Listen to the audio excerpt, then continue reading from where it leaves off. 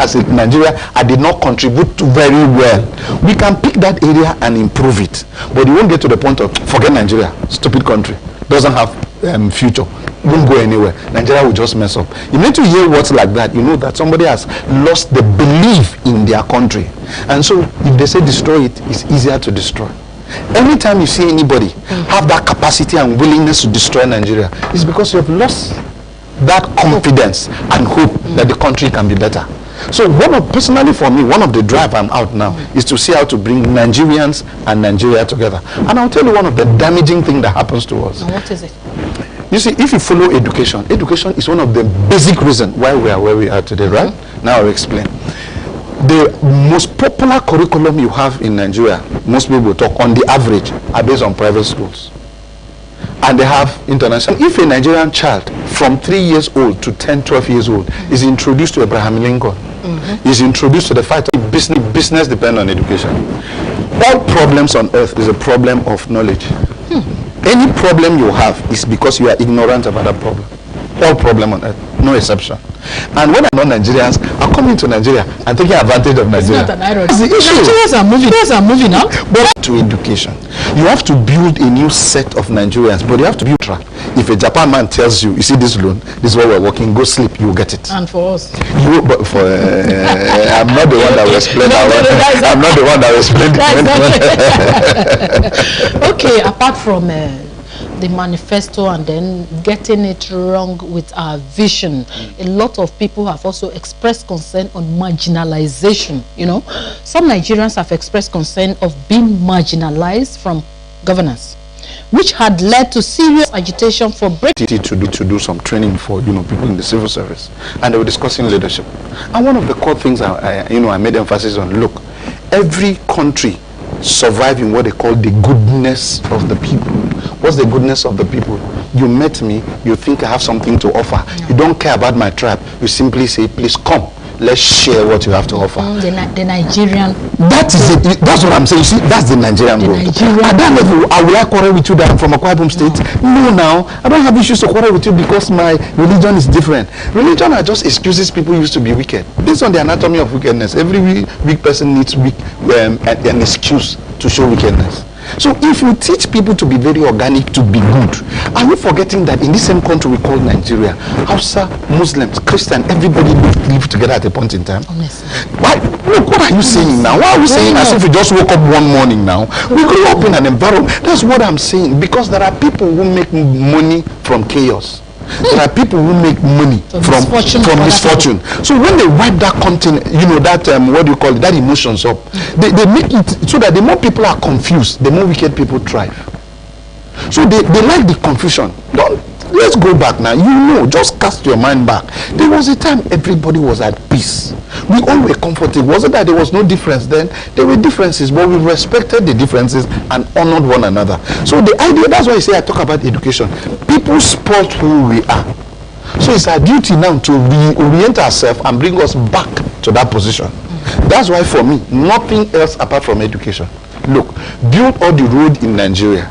As long as an average Nigerian doesn't feel he's Nigerian, he will mess that road up. But again, can we say it is a case of illiteracy when the people themselves that they have? Do you not think that there's a problem with the people, or can we assume it is a case of illiteracy, or I don't know? Illiteracy is not a problem. So what is it with the people? No, it's not. Hausa people have one adage that say that if you cook for the people will finish the food. If the people cook for you, you cannot finish. Yeah. Standards and morals was a balance. That's what it used to be. There was a time they called the village will raise a child. Do you know why? Because everybody has one standard.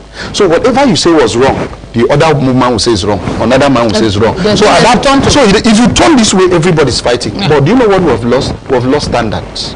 Even the Christians lost standard of their Christianity. Muslims lost standard of their Islam. So at the end of the day, we accommodate thieves, accommodate liars, accommodate people who are not living the proper life. Just accommodating, worship them. So fine. So at the end of the day, what do you expect if you worship evil? How can the world be good to you? It's not possible.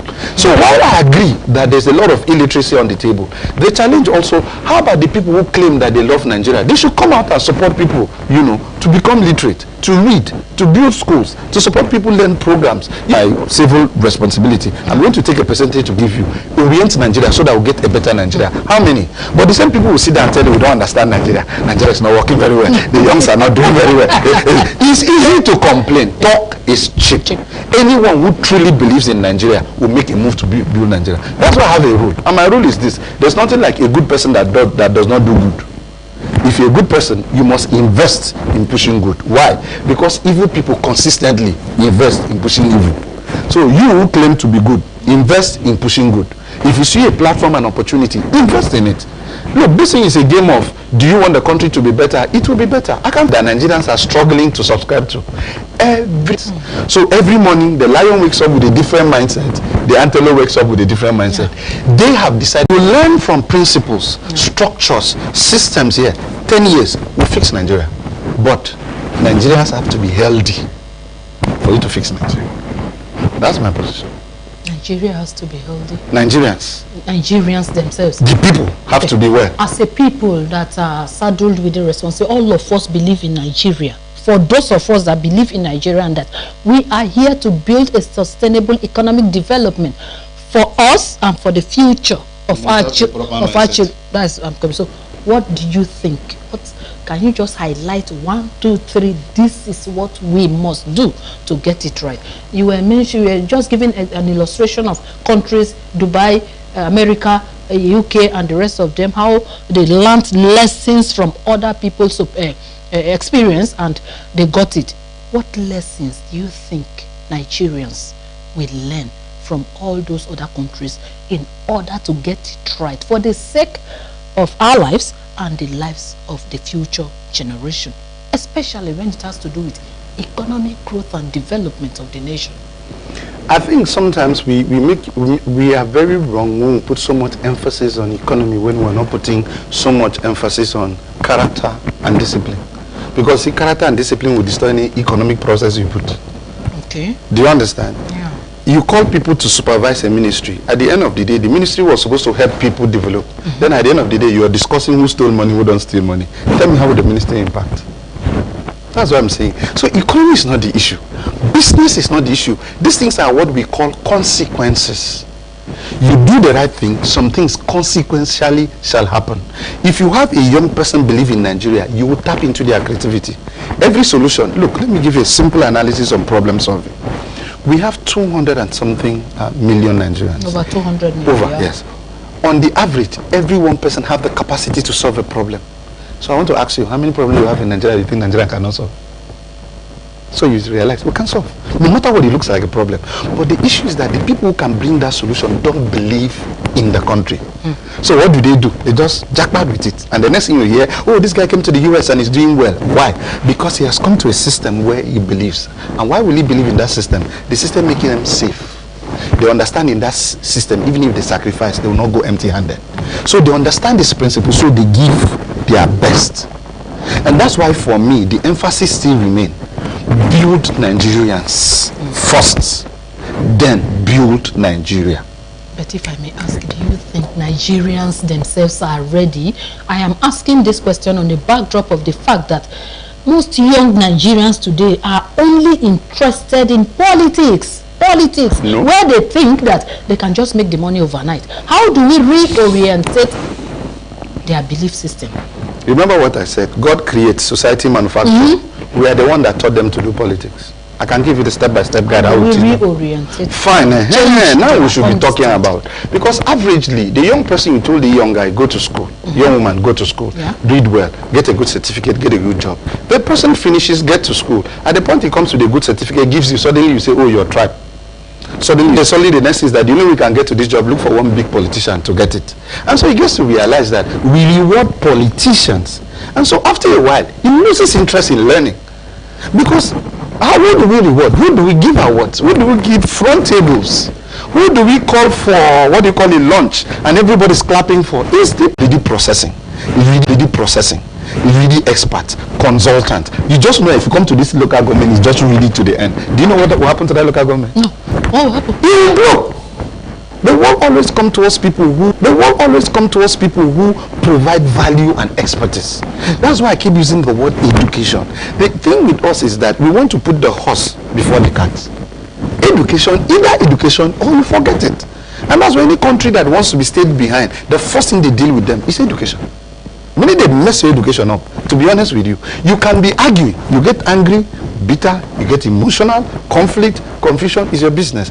But when you are educated to learn how processes and structures work, then you know how to use even the challenges and make the best out of it. For those that have used nepotism and religiosity, like I said, what can there are people who do business. They are like crisis merchandise entrepreneur.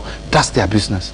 Even when there's no problem, they walk in here, they look between us in the studio here, and then create something, just so that that confusion will give room for people to enter. There's an adage that says when two brothers fight, it's a stranger that inherits their property.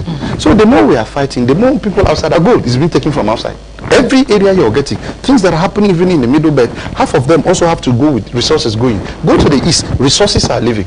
So the key word is that when you cause crisis among families, they get the education matters. Because with education, you will listen and make a good judgment and make a sound judgment. So if somebody brings what is not at par with standard, you can stop it. But if you are not educated, if you are not exposed, you become a victim. So we are big. I don't mean 2-3 primary school paint them, no. I mean do a solid program where you have young people being educated and the rest. Obviously, I give it to the present government. They've started what they call TVET. They almost all polytechnics or so are going to be converted to vocational center. But you see, it's beyond handwork. There's what they call the head-heart matrix. The hand is for skill. The head is for thinking. The heart is for belief. So if there is no patriotism in the heart, I will use your skill for evil in Nigeria. But patriotism is what will be somebody give you money and say, go and burn down TV. Say, no. Do you know what I get from them? I'm not going anywhere. But there must be patriotism. Otherwise, you use your skill for evil. So for me, it's not the vocation that's the problem. It's equip people to think. So that when you give them an alternative to destroy the country, they will tell you no. It's like, where will I go? This is my